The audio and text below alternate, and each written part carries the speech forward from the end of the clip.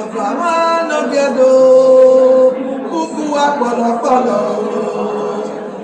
Ẹ̀bùn ayò tó jẹ́fà náà gidi gan. Ìmọ̀ nínú ẹ̀ máa dánú ẹ̀ bàbá. Ìmọ̀ nínú ẹ̀ máa dánú ẹ̀ o. Ọ̀fàmánà gẹ̀dọ̀. Èmi ọlẹ́dọ̀ lẹ́bọ̀ ìwà o. Ẹtí ní gbẹ̀gbẹ̀ fi ọ̀lẹ́. Èyí àgàrè ẹ̀gẹ̀wẹ̀ òwò bára.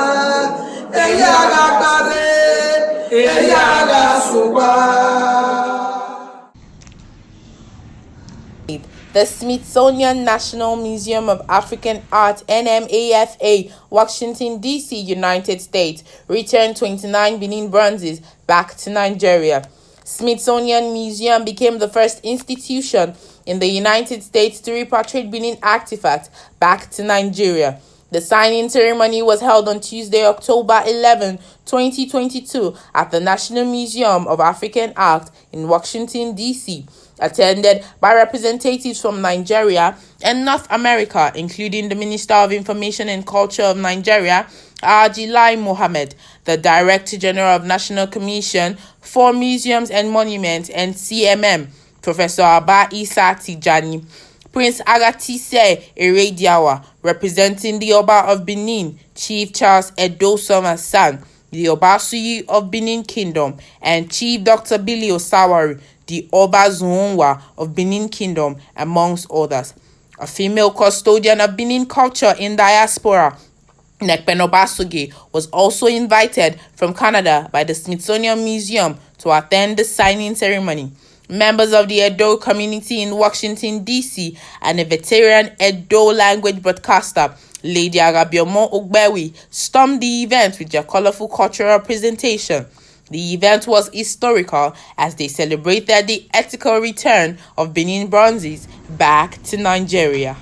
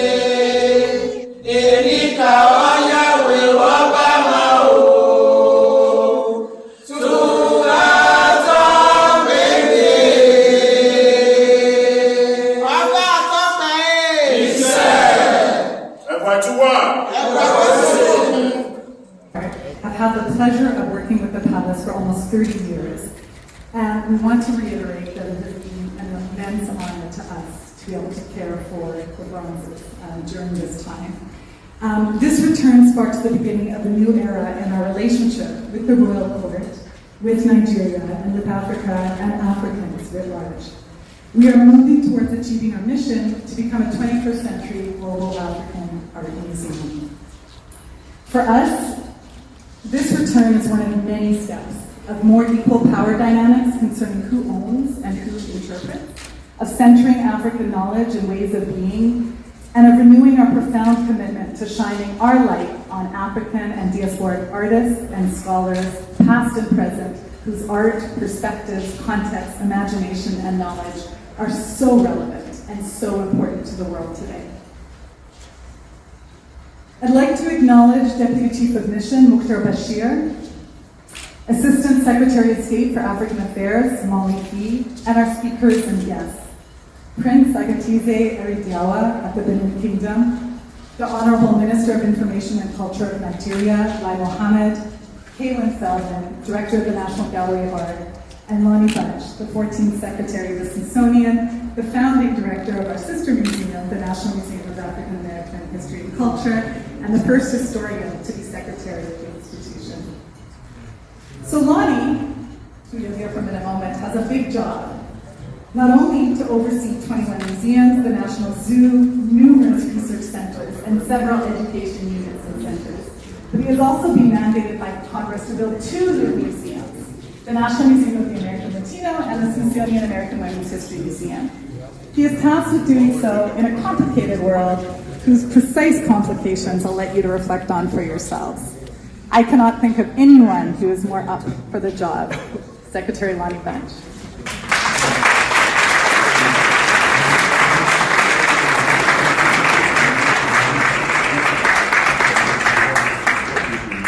Thank you so much. Thank you so much for those kind words, and especially your leadership. It's meant a lot to us, so thank you. 1897. Boy, that's a long time to wait for justice. A long time to wait for fairness. A long time to wait for ethical returns and ownership of such important materials as Benin bronzes. I've been struck as I thought about this day and how important this is for the Smithsonian. I'm struck by the fact that a recent survey suggests that 90% of African cultural patrimony that's in museums or in museums outside of Africa. In some ways, it's crucially important to find that rebalance, to make sure that this material is both preserved, interpreted, and made accessible to those who don't know anything about it, and to those who this is about their culture.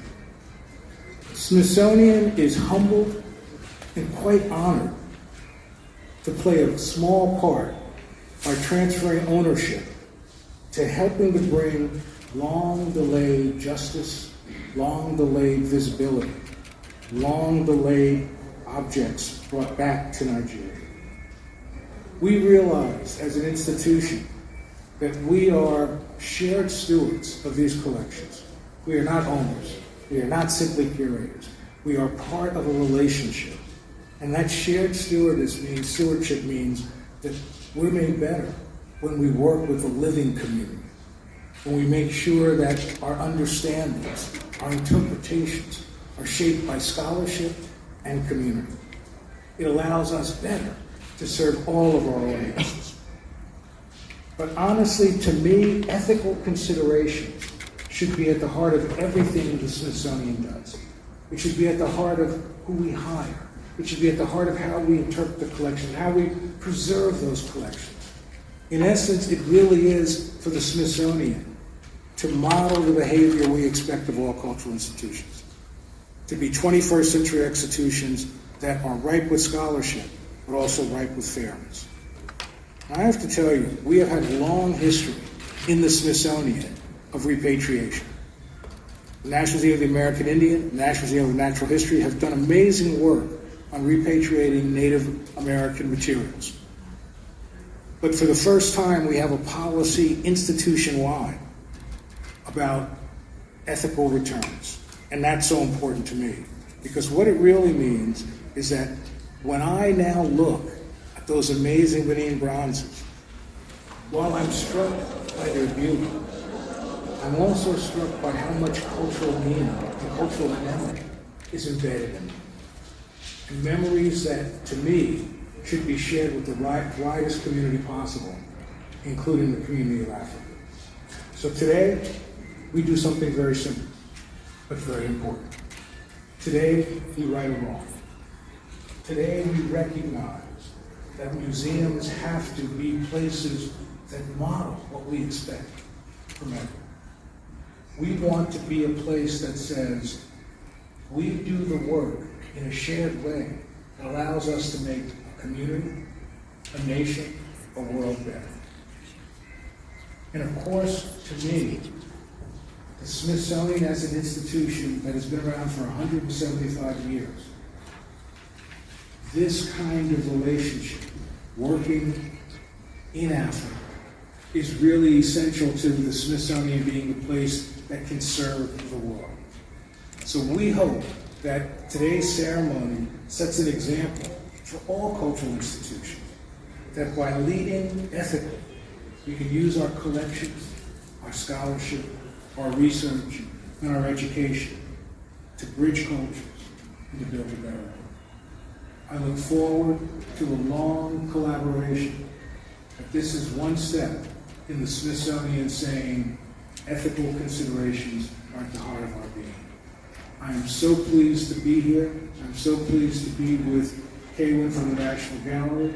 And in essence, this is a moment that I've looked forward to. So thank you all for sharing with us.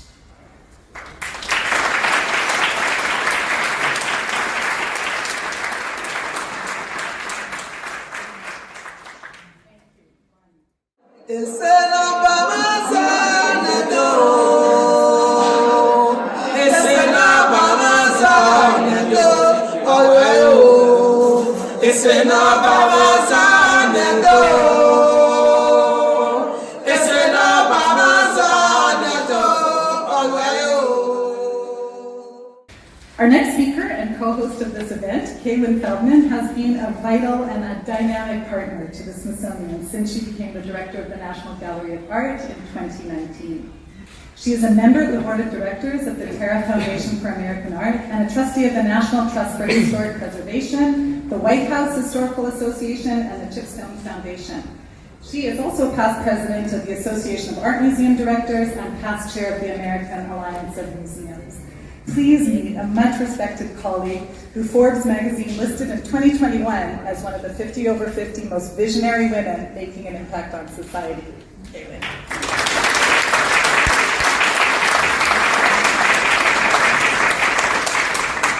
Thank you, Nairi. You can all stop guessing my age now. Good morning.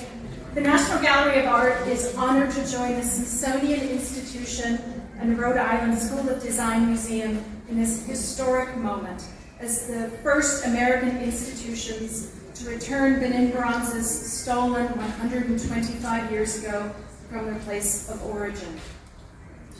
We are pleased to work with the Nigerian National Commission for Museums and Monuments to repatriate this sculpture and to return the work where it belongs, with the people of Nigeria. I'd like to express my sincere gratitude to Director General Professor Abba Issa Tijani and the Honorable Mr. Lai Mohammed for their partnership in organizing the ethical return of the sculptures. It is an honor to have His Royal Highness Prince Agatizi Erbradoa and Deputy Chief of Mission Bashir with us to mark this momentous day. And I'd like to thank Secretary Bunch, Director Blankenberg, and the Smithsonian colleagues for their collaboration in organizing this ceremony. We are glad to have Sarah Glantz-White, Interim Director of the RISD Museum, here with us this morning, as well as Gina Borromeo, Head Curator and Curator of Ancient Art for RISD Museum, and Crystal Williams, President of the Rhode Island School of Design. When I joined the profession 35 years ago, the collecting philosophy of American art museums was do whatever it takes to get a great object. Directors and curators were judged for their prowess in looking the other way and rarely interrogated provenance. I'm happy to say that the world of museum collecting has changed profoundly over the last 15 years, producing new ethical collecting guidelines for museums.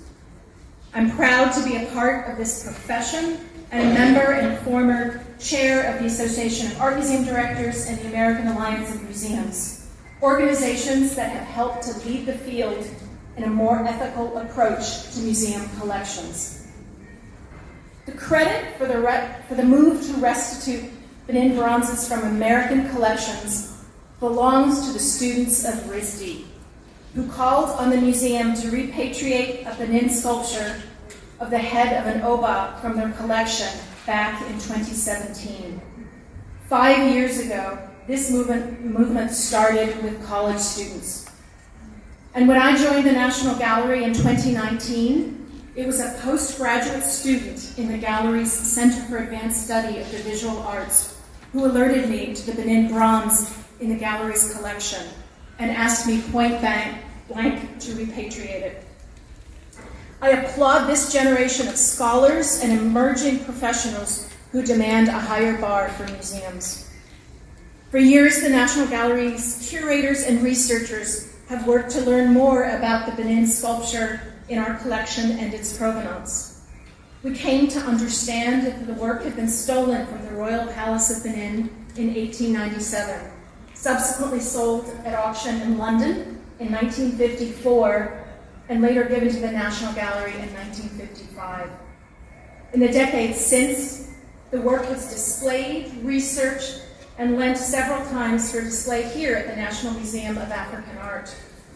Detailed evidence shows that the fowl, as the sculpture is known, was removed in a violent act of colonial conquest from the Kingdom of Benin, and as a result, the destruction of Benin City in an attack now known as the 1897 Punitive Expedition. With that evidence, the case for the repatriation of the sculpture was clear. The National Gallery's Board of Trustees approved the deaccession in May of 2020, and the gallery began the process of restitution immediately afterwards. And now, at last, we are pleased to transfer ownership of the fowl to its place of origin, Nigeria, 125 years after it was stolen. We are honored to work with our partners from Nigeria here today to bring this work home. This is just the beginning in a relationship that we will continue beyond this historic day. My colleagues at the National Gallery look forward to working with and learning from our colleagues in Nigeria for years to come. Thank you.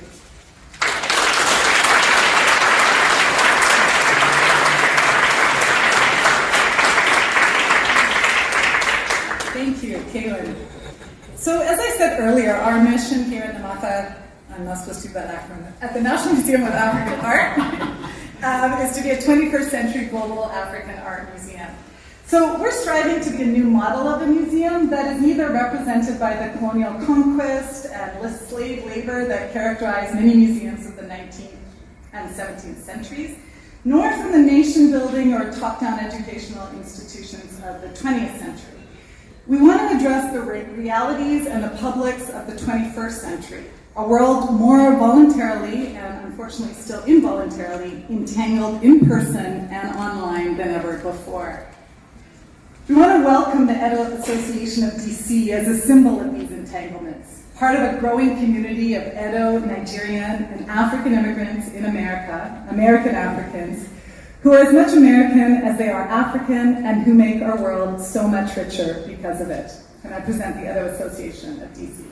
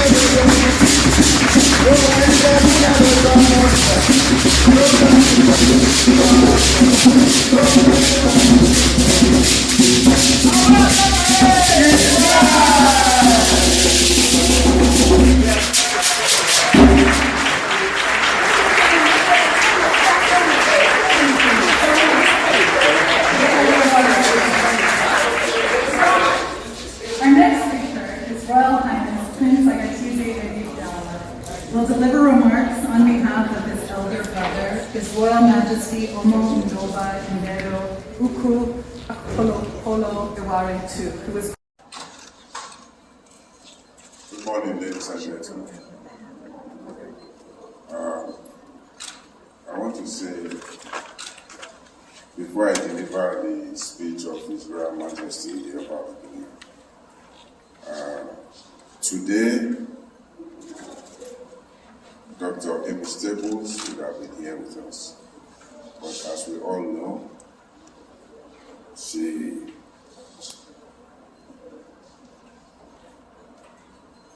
can you hear me? Dr. Amy Staples, who is very close to us and has been a part of all of this arrangement, lost her brother.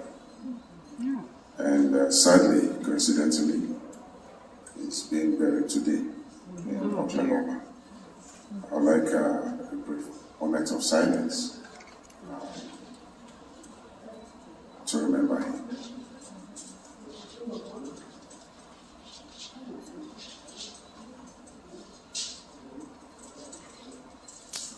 May his soul and the soul of the dearly departed rest in peace.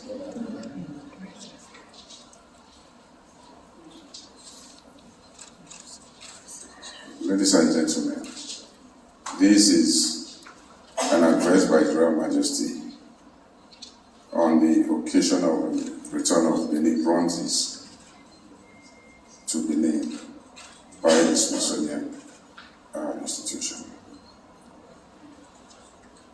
And I will read verbatim. Today is a special day for a historical event.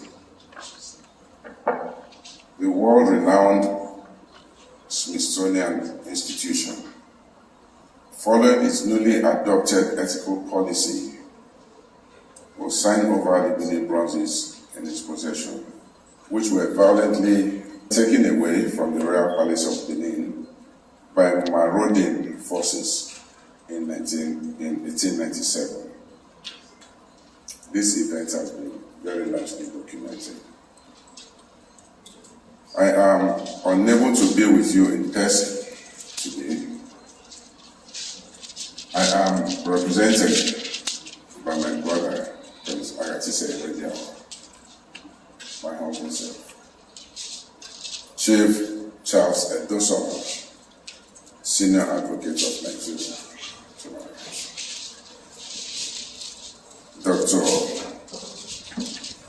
Dr. Billy Usawa,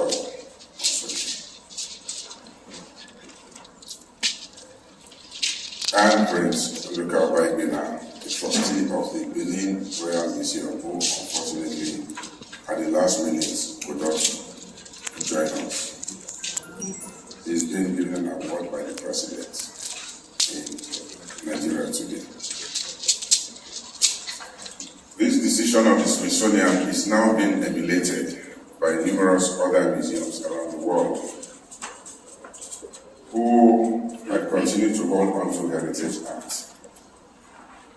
The accepted narrative now is that works which were looted or acquired in unethical ways should be returned to their exact places of origin. The archaic defensive arguments, such as the social life of things, in quotes, has since been queried. Likewise, the illusion of so-called, again in quotes, world art is now more than a mere expression to avoid the truth. What is this truth? Simply put, the truth is that no argument can change looted works into unlooted works, or stolen works into unstolen works. There is simply no moral or legal basis for persistently retaining cultural property which was looted during military expeditions or in unequal negotiations for that matter. This denial by a few art historians and curators serves no purpose other than their own self-interest. Unfortunately, we have had to deal with such an unsavory situation in Nigeria. Sadly, a few people in Nigeria formed a private company to take possession of the Benin bronzes and place them in their private museum. It took a public disclaimer by me for the world to realize that, contrary to their misrepresentations to the outside world, I had no connection with any such group. The position of the government of Nigeria, as we know, is that all returned artifacts should be handed over to the head and custodian of the community from where such works were taken. This indeed is in line with accepted international practice. Let me thank Secretary Ronnie Bunch of the Smithsonian and Director Nairi, as well as the Secretary of the Office of International Relations, for putting together this ceremony. My special thanks also go to Dr. Amy Staples, who has helped over the years to build a close relationship between the Smithsonian Institution and the Royal Court of Benin. When Secretary Bunch wrote to inform me that the Smithsonian had reached a well-researched decision to return our bronzes through NCMN, I saw this as culmination of a well-developed relationship between the Smithsonian and the Royal Court of Benin. This relationship goes back to the reign of my father, Oba Ediawa, whose portrait has adorned this museum for very many years. Incidentally, behind me is a young Oba Ediawa seated in the middle, looking handsome. As the Oba put it. That was in Cambridge University where he studied law.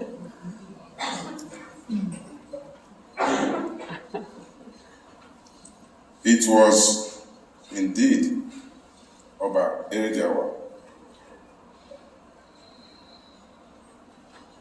who in fact started the agitation for the return of our bronzes.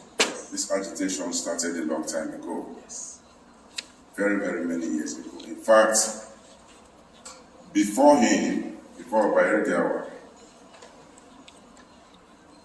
Oba Akenswa II, his own father, had written to Queen Elizabeth II of England to request the return of a beaded ceremonial robe, precious robe made of coral beads from crown to robe to shoes.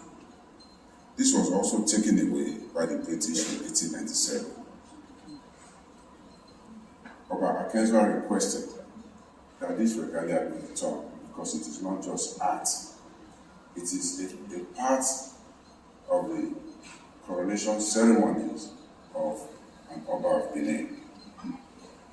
The request was granted, and we have this robe today in Benin, and it forms part of our coronation regalia.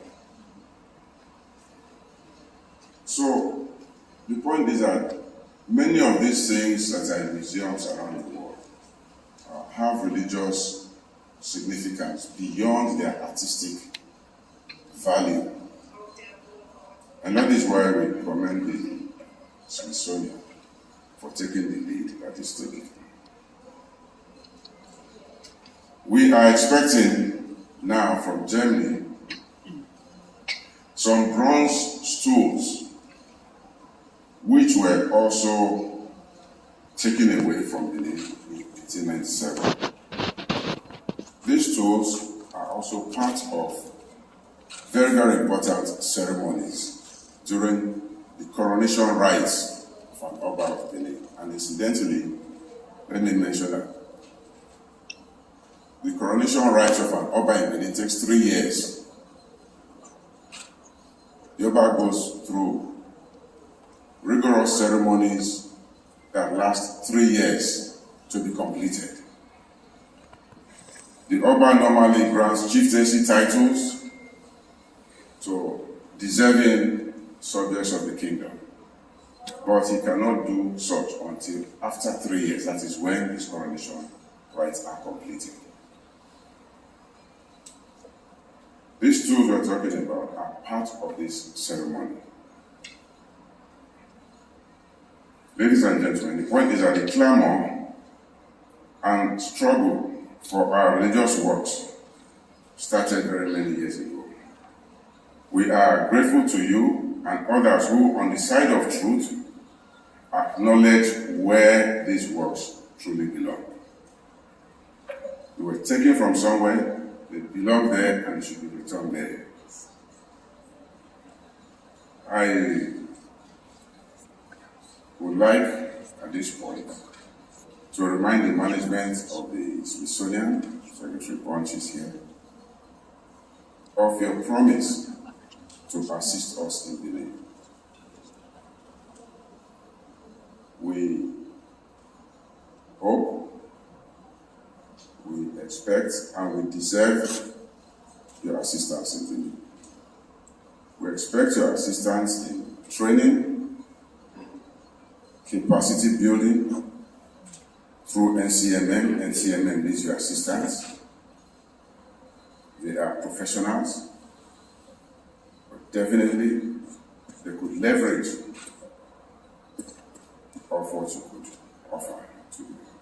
And we also hope for the possibility of you establishing a foundry in Benin City for the benefit of our youth. These have been mentioned in previous correspondences, and we hope that we can discuss this further. The good thing the minister is here. So, Mr. Secretary, I also, at this point, kindly request that the Smithsonian, in conjunction with its philanthropist benefactors, assist us with financing the construction of our Benin Royal Museum, which is the primary abode of our returned artifacts, and for which we have a site close to the palace. Mr. Secretary, this is irrespective of what else we have heard. The museum, the Benin Royal Museum concept started many years ago. Did not start today. Started in the time of Oba Akenzwa II, and was passed on to his son, Oba Erejawa II. And now, Oba Erejawa, and now Oba Ewa II. The site for the Benin Royal Museum is very close to the palace and very accessible to the public, to researchers, and to all. The museum will be overseen by a board of trustees headed by the renowned Professor Wole Soyinka, who is the chairman of the board of trustees, and who is very, very passionate about the Benin Royal Museum. The National Commission for Museums and Monuments have requested repeatedly and obtained my written mandate to them to negotiate the return of our bronzes on our behalf. I wish to thank the Commission and its management for their unwavering professionalism and commitment to the truth. Of course,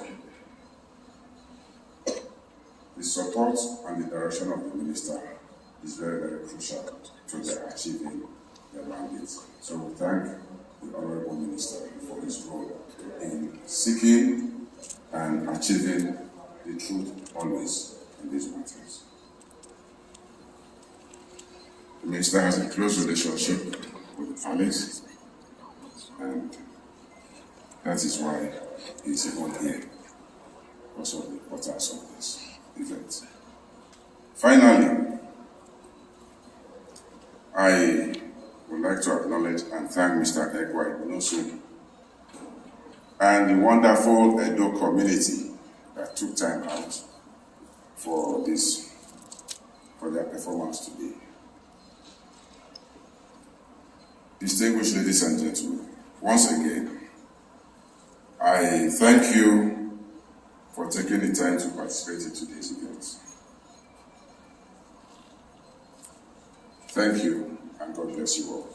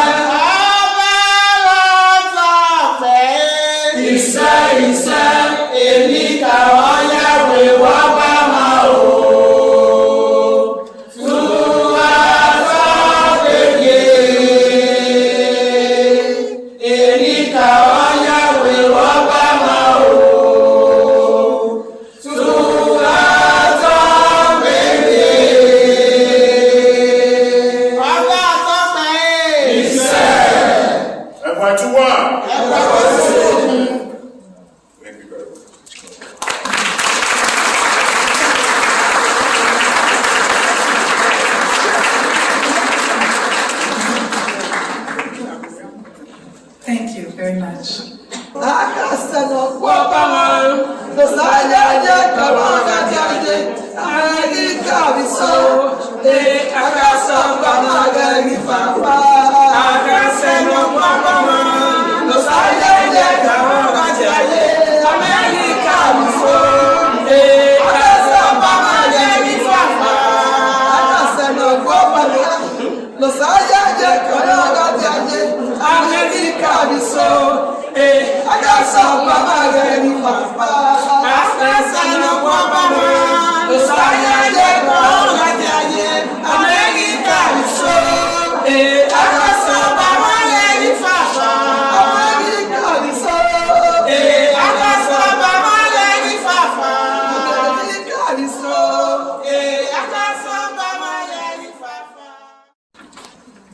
And I'd like to say a special thank you, of course, to Director General of the National Commission of Museums and Monuments, Professor Tajani.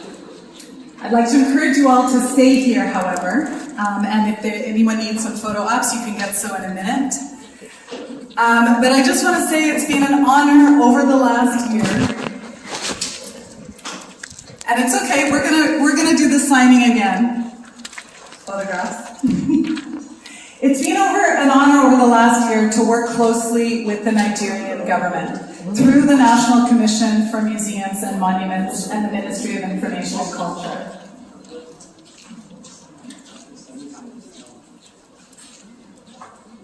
Sorry, Minister, the press doesn't listen to me, probably any more than they listen to you. It's been an honor to work with the government of Nigeria to not only plan for the transfer of ownership of the Royal Court art pieces, but to imagine a new collaboration post-return that the Prince was speaking about. Through the partnership agreement we have signed, we have started to put in place a roadmap for the journey ahead, developing and sharing 3D scans, 3D models, and metadata, updating and sharing records, documentation, and publication, public programs that focus on ensuring that the return of artists can support collective well-being and repair. We are also starting work on an exhibition that explores the complex histories of the bronzes from the 13th century until today. Their importance as chroniclers of history of people, their significance as the moral palace, the skills of their creators, their role in Indo-European trade in which pepper claws, ivory, and enslaved Africans were exchanged for the masks, silk, calories, and the notes of copper that will become the primary material used for their fabrication. The exhibition will be a multidisciplinary presentation, history, science, philosophy, art, curated by Nigerians, and will involve new work by local broadcasters, artists, and designers in dialogue with classics. It will be on display here and in Benin City. We are so excited about the possibilities of working together over the next few months and years. Please welcome the Honorable Minister of Information and Culture, Lai Mohammed, an astute businessman, he is chairman of Media Limited, a politician and public servant, a lawyer and former PR officer for the Federal Airport Authority of Nigeria, and a lover of the French language. Minister.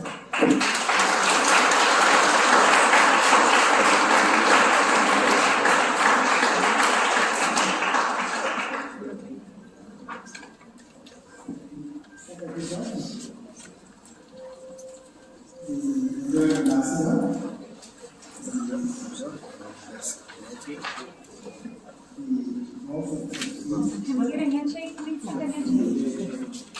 Thank you.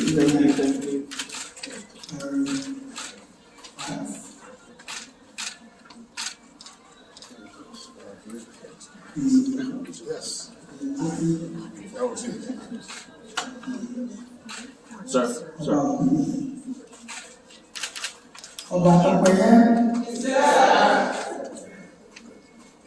Please permit me on behalf of the government, the people of Nigeria, to most sincerely thank the United States and our major institutions for the return of these highly cherished Benin bronzes to Nigeria, which is the reason we are here today. The opening and sustaining of discussions and negotiations that led to the return of Nigeria's cultural artifacts that are found in the United States is highly commendable and appreciated. These artifacts are intrinsic to the culture that produced them, and people ought not to be denied the works of their forebears. It is in the light of this that we are delighted with today's repatriation of Benin bronzes. We appreciate the various boards of trustees of the Smithsonian National Museum of African Art, the National Gallery of Art, and the Rhode Island School of Design for engaging in discussion with Nigeria's National Commission for Museums and Monuments, the combination of which is what we are seeing here today. This event is another testament to the success of the campaign for the return and restitution of Nigeria's looted, smuggled artifacts from around the world, which, as we were told, started a long time ago. We have also received, or we are in the process of receiving, repatriated artifacts from the Netherlands, the University of Aberdeen in Scotland, Mexico, University of Cambridge, United Kingdom, and Germany and Austria. Let me say clearly that the event is part of the global cultural tradition. We will not see back from the norms.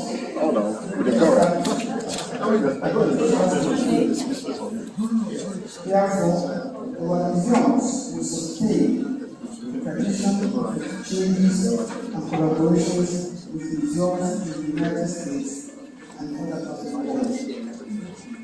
In this regard, thank you very much. Now I'm going. Yeah, actually, I can scan this and send it to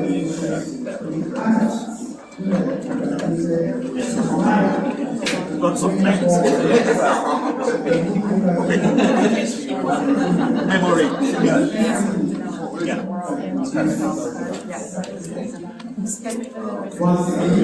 Yes. Thank you. Maybe it's time to sit down. It's time to sit down, yes. I want to put on record that in January this year, the United States signed the bilateral cultural property agreement to prevent the United States of the countries of Nigerian artifacts. This agreement provides for shared commitments to combat looting and trafficking of precious cultural property, while also establishing a process for the return of trafficked cultural objects, thus reducing the incentive to loot sites in Nigeria. I want to thank all the American officials who worked towards achieving the successful signing of the bilateral agreement. Once again, on behalf of the government and people of Nigeria, I thank all those who worked assiduously to make this event, marking the return of Nigeria's artifacts, possible. I thank you all for your very kind attention.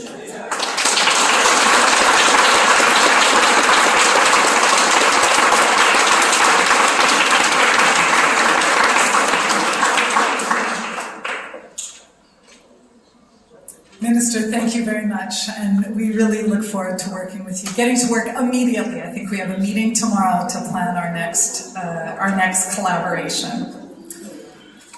And so, we've come somewhat to an end of our program, but the beginning of a much longer one. Thank you for joining us today, and to our guests. I'd like to invite you to go down to our Visionary Gallery on level S2 for a last look at the magnificent bronzes before they return to Nigeria later this week.